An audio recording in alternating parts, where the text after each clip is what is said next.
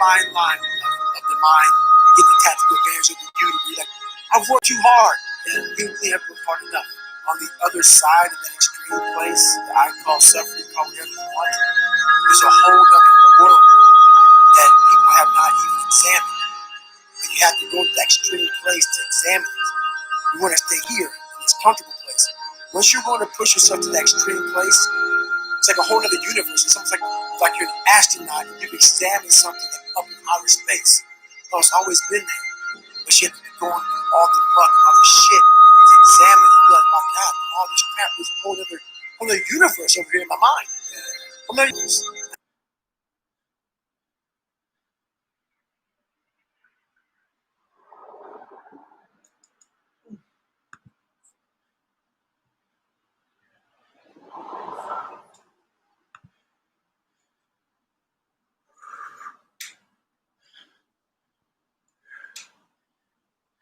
And I realized that life isn't fucking fair. It's not.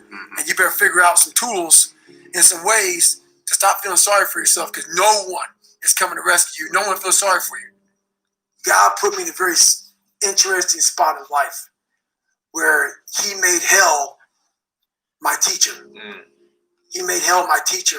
It was my junior year in high school, and I fell back a lot. I fell back in this fucking hole of life. The second you think that you've overcome it, you climbed Everest, you're on that last hold, and life will say, not today, motherfucker. And it'll push you down. And my junior year in high school, I missed a whole bunch of school, was lying on my mom, had like a 1 point something GPA. I was just jacked up. I mean, I was in one of the worst spots in my life. And my mom was going through a lot of shit too. And she didn't have time to sit back and baby me. And it was me against me.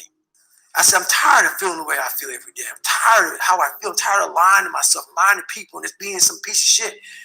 And I always knew in the back of my mind I could be something special. Yes. But I knew the work it was going to take was going to kill me. I was afraid of that. I was afraid of the brutality and the suffering I was going to have to endure. But I knew I could do something. But I'm like, I ain't trying to do that kind of work, man. I'm just not trying to do that. So I chose the path of least resistance. So now my ideas, it became so haunting and daunting on me, myself, that I said, I'm done. I'm fucking done. And I thought I fixed myself in the accountability mirror when my mom put the letter down on the bed. Yeah. Nah. So now, at this point, I actually drive back to Buffalo, New York to see my dad.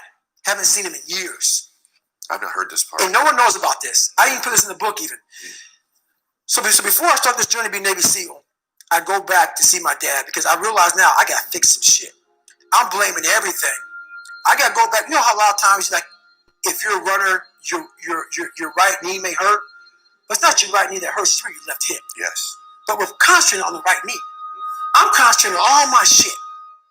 But I need to go back to the root of the problem, which is my dad. I got to face the demon. I got to go back and see what made him so fucked up to make me so fucked up. Why am I fucked up? So I go back and I go back in as an older man now. I'm in my 20s. I'm not a kid anymore. And I want to see this man and face him as a grown man, but still as a kid in my head. I was still a kid, but I was a grown man as my age. I went back and I realized he was the same man that he was. Still the same. Still the same. And I talked to him. He was still nuts. And but I had to go back and face that one more time, but to face it in a different way. How'd you do it different? I looked at him in a way, we never said sorry to one another. And he went off about my mom and my grandparents and all kind of shit. But I looked at him in a way that I realize now why you fucked this up. I had to almost be him to realize it's okay, brother. It's okay, because I realized that somewhere in your fucking life, something fucked you up. And you didn't deal with it. And so you put that shit on me, my mom, and everybody around you. I'm going to deal with my shit. So even though you gave me all this shit, you gave me a satchel of shit that I didn't deserve, and now I'm all fucked up, and people think I'm a fucking liar, and I'm all fucked up. You gave me this. You created this fucking nightmare of Goggins. I'm going to fix it, though. So now I get it. I look at it. This is what I'm saying in my head. It's my favorite thing you've ever said right now. And I love all of it, but that's my favorite thing. I've never heard that. I want to fix it now. So I must take it. I take all this shit. It's mine. I want to fix all this shit. But I know to fix shit, people want to find peace immediately. And this is where people don't like me. I don't believe that shit. You can find it through fucking yoga and all this other bullshit. I stretch out a lot and I believe in yoga and all this is great, but you ain't gonna find it in some fucking room. You're gonna find peace from going to war with yourself. Cause we all got shit. We all got shit. People look at me. The reason why my story resonates with people, because I don't hide. I'll tell you exactly who the fuck I am. I will admit to it. People are great at hiding.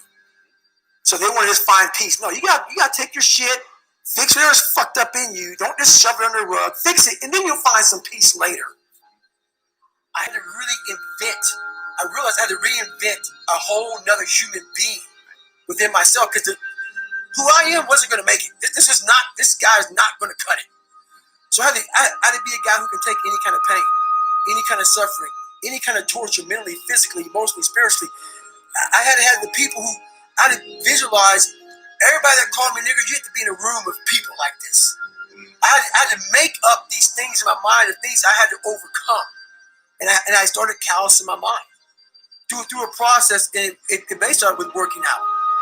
It started with working out. It started with doing, like, if it started raining outside, for instance, my mind would say, fuck that, man, I don't want to go run. If it was 3 o'clock in the morning, it started raining outside, my mind said, you gotta go. Get up. You have to, because I was fighting this other person. So you essentially tried to do everything you didn't want to do. That's all it was. Period. Dot. Everything I didn't want to do is what got me to where I'm at today. Every single thing. So where we find comfort, that's where I started getting scared. When I started saying, oh, it's raining, I'm not going out there. No, you cannot say that. You cannot do that. You have got to do this. So whatever my brain thought, I did the opposite. Whatever the comfort was, I went the opposite direction. And over a period of time, boy, it calluses the shit out of your mind. You start to really develop a whole nother being. When you really sit back at your life and you're in that dark room and you're looking at where you started from and you tell yourself, God, dog, man, my mom is this way, my stepdad got murdered, my dad beat the shit out of me, I can't read and write to save my fucking soul, I've lied about it to everybody, I've cheated on all these tests. My God, man. And then you put a goal in your mind. How are you going to feel, man, when you accomplish this goal coming from that shit? Coming from the fucking hell you came from. A lot of people start from a good starting point. They have a good foundation. What if you can surpass all of these motherfuckers? If everybody who was fucking way up here started up here, and you started with no legs. You had to grow fucking legs to even start walking, and then crawling, and then running. And then you start passing people with all this given to them. I had to use all this negative shit that was making me weak and horrible as a person. I had to use this as the power that now fueled me. I had to flip it on its head and say, hold up. This might be exactly what I need. The darkness is exactly what I need. It's how you look at your situation.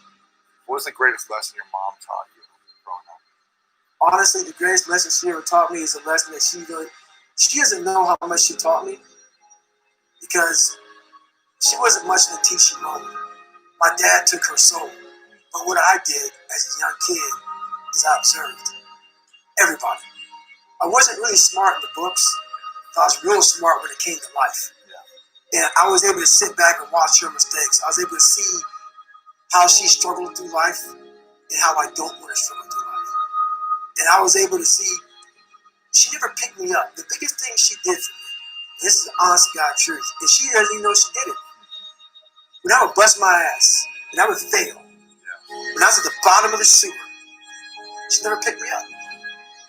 She never gave me that cookie and said, hey son, it's gonna be okay. She didn't have time for that. And sometimes she gets upset when I talk about my past because it paints her out to be not the best mom. If I had any kind of mom in that kind of environment, I would have never made it. Because she forced me, for every reason, she force me to you better figure this out, or you're going to be a statistic. And this is something that she didn't sit down and tell me. I realize this. This is the world that is in front of me. And what most people do is they see this world and they look at it as an excuse to get out of it. I started looking at it as this is the ultimate training ground for the rest of my life. I have all these valuable lessons because if you look out the world right now today, it's not a nice place. I'm very prepared for it. I'm prepared for it. I'm prepared for all the failure coming my way. I'm prepared for everything my way. And that's the biggest lesson that she taught me by not teaching me. By never saying it's going to be okay. Matter of fact, she told me the exact opposite. Life sucks. We are always looking for, like whenever I talk to people, people take my words and they put it in a way to where they want to feel comfortable. This guy, they want to put you in a box. They want to put a title on you. No, you're putting a title on me to make yourself feel better about yourself. If you read this book of mine and you see where I came from, this person was not built. This person was not made by God. This person was built. I made this person. I made this person by diving into the insecurities that life gave me. Because now they're yours. They're yours to own. If you're not smart, call yourself dumb. It's okay, because you are. But take that not as you put yourself down. If you're fat, call yourself fat. I used to be 300 pounds. We want to talk so soft to ourselves. We're looking for that recovery day. And that recovery day is everything in your life. Everything in your life is a recovery day. We're looking for it. It's not coming. It's not coming. Get over that recovery day. And that's the mentality I took with me.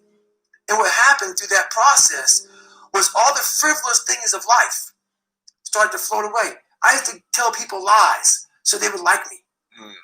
Because I was so insecure.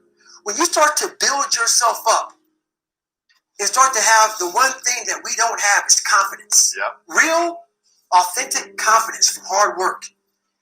Everything else goes away. You no longer look to other people for your self-esteem. Validation. That's right. Or, yeah. You now know.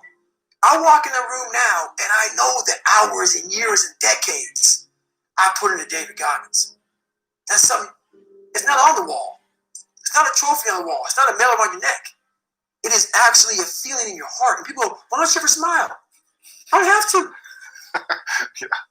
Yeah, I do have a stoic look on my face. I'm a very focused person. But the feeling I have in my soul and in my heart, that's why I don't need to smile. I don't need to smile. I don't need you to look at me and say, oh my God, you look happy. Because half of us aren't happy. We're giving you something that we think you want to see. I don't do that anymore. I don't care how you perceive David Goggins. Because through my journey, I figured out the one piece I was missing. I thought it was cars. I thought it was women. I thought it was everything. The one piece I was missing was me having the courage to face myself. And once you do that on a daily basis, it's not about the running. People's going to be about working out. Where I got my work ethic from was the hours I had to spend learning this. When you sit down and you're not smart, you have a disability, and you still want to be at the top of your class, I didn't want to just get by. But I realized that I can learn through hard work. And I can beat the valedictorian in school, but I got put in 10 hours more a day than he does. You know what kind of strength comes from that? When you're sitting down, that guy, that valedictorian studied for an hour, and you know I caught you. And I am young. But I have the work ethic to catch you. That's where David Goggins got really invented. Was at a kitchen table with 20 spiral notebooks that were empty. And then 3 months later, they were full. And when you can go through that, I still have them in my storage unit. You go through these spiral notebooks of your life, and you realize this is how I learn. This is unbelievable. There's no miles. It's not about the miles. It's that. Having a discipline every day to say, for me to learn this one math problem, it's going to take me 10 hours. And that's where and you realize through hard work, you can outwork anybody, no matter how badass they are. But that's the part people don't want to dive into. Yeah. When someone's lacking confidence in themselves, what's the answer you would give them if they're like, how do I gain more confidence? It starts with yourself, man. You got to start diving into those things that you're afraid of. You don't gain confidence by going to the spot that makes you feel good. It's going to be a false reality. And the second life gives you that challenge, all you want to do is go back to what made you confidence or what gave you confidence. Is that happy spot? No. What gives you confidence, what gave me confidence, was spending years at a kitchen table trying to learn.